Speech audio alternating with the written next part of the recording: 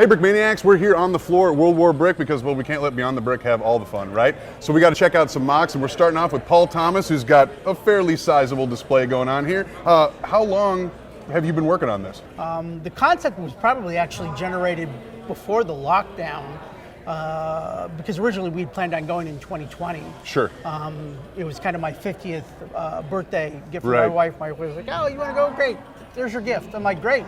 What are you going to do? You're going to buy the ticket, or are you going to pay for my gas to get out there?" Which at the time was $2.90. A little bit easier. Yeah, I hear that. So yeah, you know, that's the first thing. Once I make the decision, it's moving. We have to build with that in mind. Yeah. Okay. So, yeah, just like you guys do. You know, hey, you're moving that macon. Can't ship it all in one piece. Got to be ready to go. Okay. Yeah. Very cool. And of course, you know, it's been down at the Miramar store, holding space until the macon shows up here in the near future, and displaying out there so people can take a look at it. Yeah, and it's a nice size too, especially if you guys have ever been to our Miramar store. Paul has had this being displayed there for a little while, and it does take up that space that we're preparing for the macon to arrive, which is nice. Yeah, not as much of the space as the macon's going to take. I don't know how you're getting that thing in there. So we'll cross that bridge when we get there. Right. So where did you start? Like when you're getting a MOC this level off the ground, are you laying base plates? Like what's step one? Step one is an initial sketching on a piece of paper. Sure, okay. So, you know, I'll sketch it out, I'll come up with a concept, and then I will go out and lay out the base plates, and I literally use 1x1 round bricks, and I use different colors for different concepts of spacing. So I'll lay out maybe the fence line in red ones spaced out so I get an idea of how much space I'm dealing with, and then maybe blue ones that divide the airfield from the main base itself. Sure. And then I had a conceptual idea of how to make the tents, so I knew the spacing on that already. Some of the components I'd already made for a Tunisian MOC that I had. The buildings, the primary buildings were for that, so I plopped those into place and then started to fill in the details. All right, so a little bit of a combination of like sketching things out and just doing a lot of floor planning, because obviously you've got the size and scale here. Right. When did you kind of start to hit that point where you're like, all right, it's time to add the greebles and details? Took about a month and a half to get to that point, because I did do some modifications to give a little bit less space on the airfield, a little bit more space on the base side. I just felt like I wanted more details on that side. But you're right, once we got past that point, then it's all about details. How much when you're building like this does your MOC evolve?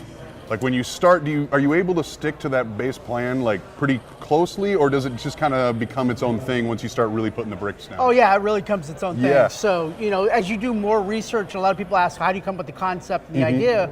I do a lot of Google research. You know, you type in forward operating base. Obviously, we've been in the desert in Iraq and Iran for almost 20 years. There's tons of pictures available, images online. You start to go through those images and you start to pull details out. Yeah, sure. So yeah, as I work through the layout, like I said, about the first month and a half, it's the main components, and then after that, it's several layers of details added. Right. And then over about a 4-month period, it really starts to pop. You see the little things in there that all makes it all come together. Well, it's kind of convenient here that we have like this nice dividing line now, so we'll kind of like take it from here and split it in half. Moving on to the airfield side of things. So obviously you're laying down a lot of tile work to make sure it's clean and clear. But like, did you start with knowing you wanted all 3 helicopters on here? Did you? I mean, where did the flying one come into it? How did this come together? Actually, the concept was I had 2 helicopters on the pad. The original Pavehawk, and then the upgraded, which I think is a W version. Okay. Okay. That was the original concept. I added the medic copter later on. Matter of fact, when we moved it down to Miramar, that had just come out, and that's when I put that one on there. Very cool. Adds some great motion. I didn't make it fly actually until 3 days before we left to come here. I was like, oh no, we got to put this one in the air. And then this morning I added the lights to it. I was going to say, the lights, sound effects, everything you got going on here, it's really cool. So what are some of your favorite details on this half? Do you have any Easter eggs and whatnot that you kind of worked in? On this particular side, I really like the crew working on the helicopter and doing their thing and maintenance and getting it ready to fly and go off out and do a rescue mission. The newest helicopter, of course, is the Ghost Hawk here, Brick Mania kit. That's available online.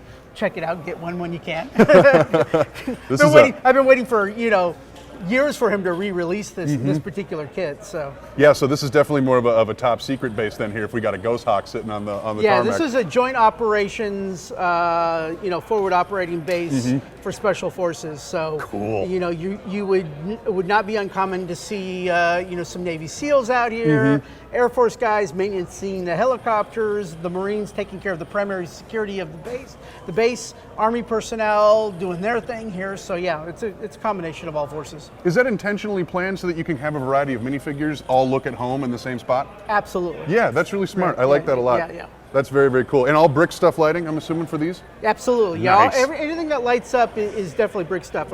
We just upgraded our 50 cal this morning to the new version with the sound. Yeah. Which gives a little noise. I don't know how long I'm going to let that run before it drives me crazy, but I know it's what working. you mean. It is really cool, though. And then we've got some lights underneath this particular canopy. It helps people be able to see some of the details under there. We got a little bird in there, sitting there being Classic maintenance. kit. Yep. Yep, classic kit. And then we've got the welder over there in the repair center. He's doing some welding, and I think that's pretty much it for lighting. I originally planned to do a lot more lighting on it, Sure. but it got very complicated, and I decided maybe we'll see. So for some of these smaller builds, we'll move over to this side now. Obviously, you can see that there are some Brickmania kits going on here. Absolutely. But for things like the palm trees, things like even these barriers here, do you just kind of come up with a design you like? Do you hunt down some instructions and then just kind of replicate? How does that work? Well, on the barricades here, they're based off of this design up in front, which is actually a picture I saw offline, and I just reverse engineered it. Yeah, okay, and went up very there. cool. And then based on that, I went to a smaller version because I kept seeing this on bases. And obviously the concept here is that should the base be shelled by artillery, they want to protect the soft covered tents or whatever may be in there, the people obviously sleeping, and a place for them to dive behind in the event that that happens. And that's the purpose of them being on the bases, to protect them and to isolate different components. So should a direct hit, it won't take the whole base out. Interesting, yeah, One okay. shot. Yeah. So, and then we worked on a lot of different details. I'm really happy with my mobile shower unit. Yeah. Which is actually detailed inside. When you crack it open, there's showers in there and actual sinks to use. And this is based on an actual unit that they deploy out into the field now, so that they can have showers at a base like this. And then also I've got the mobile refrigerator unit. You can see the guy, he's got He's a turkey, pulling that pulling the turkey turkey out. Yeah. That's really cool. So yeah, I saw those in a video. A guy had been walking around a forward operating base that was already closed, but he was talking about the different components, and the military clearly likes to use Connex containers because they transport in a particular size. I'm assuming that makes it easy for them. So they use them for all kinds of different things. They've got Connex containers that are made for sleeping in, and they've got ones that are made for refrigerator units and all kinds of different services that they do. So we try to replicate those in a way that they look correct out on the board.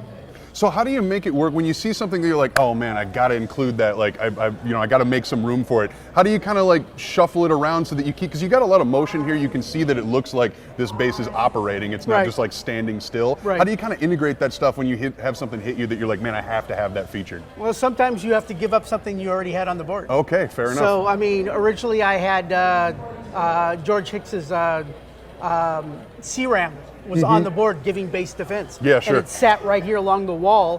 But that truck is really big. Yeah, right. It was taking up a lot of space, and for bang for my buck, I felt like I needed to redesign a little bit, and I took it off the board, and with the additional tents, which added the tents, the DFAC, which is the dining facility and the cargo containers and so forth. So, Very cool. cool. I thought was a lot more appealing to look at, a lot more detailing in there. So. Yeah, well, and it's cool to see the cool mix of kits and then builds that that you either just built eyeballed or had something, you're literally MOC, my own creation, being able to do that kind of stuff, which is neat. So on this side, what are some of your favorite Easter eggs or whatnot that you've worked into it? Because there's a little bit more motion going on. Right. So my favorite Easter eggs is probably the guy heading to the bathroom. He's got the Sherman. The Charmin toilet paper in his hand, so you know what he's going to do. That's funny. Behind the primary HQ building back there, you've got a special Forces operator back there. He may have some alcoholic beverages in his hand. He may not. Clearly, that's where they go to unwind after a The mission. unofficial officers club. Exactly. So I like my mobile repair box there. Yeah, that's really cool. That's something I found online that the military actually does deploy. They've worked on, and basically it's the size of a Conex container. It's got its own power and everything on it, and generator. And you pop up the two sides, and you've got all these tools in there, so that you can repair, pretty much anything. Like a mobile machine shop. It's exactly what it is. And I love the light you got integrated there too with the welder. That's incredible. You got to put the welder on everything. Yeah. So it's usually one of the last details I put on is lighting details, because that way I can run the wires and figure out where I'm going to hide them and stuff. So yeah. Very, very cool. Well, an absolutely incredible MOC, and definitely one of the centerpieces here at World War Brick. Is there anything else you want to discuss before we wrap it up? No, I think I'm pretty good. Very, very cool. Well, we're excited to see how the MOC continues to evolve. Thank you very much for joining me, and thank you guys for watching. Thank you.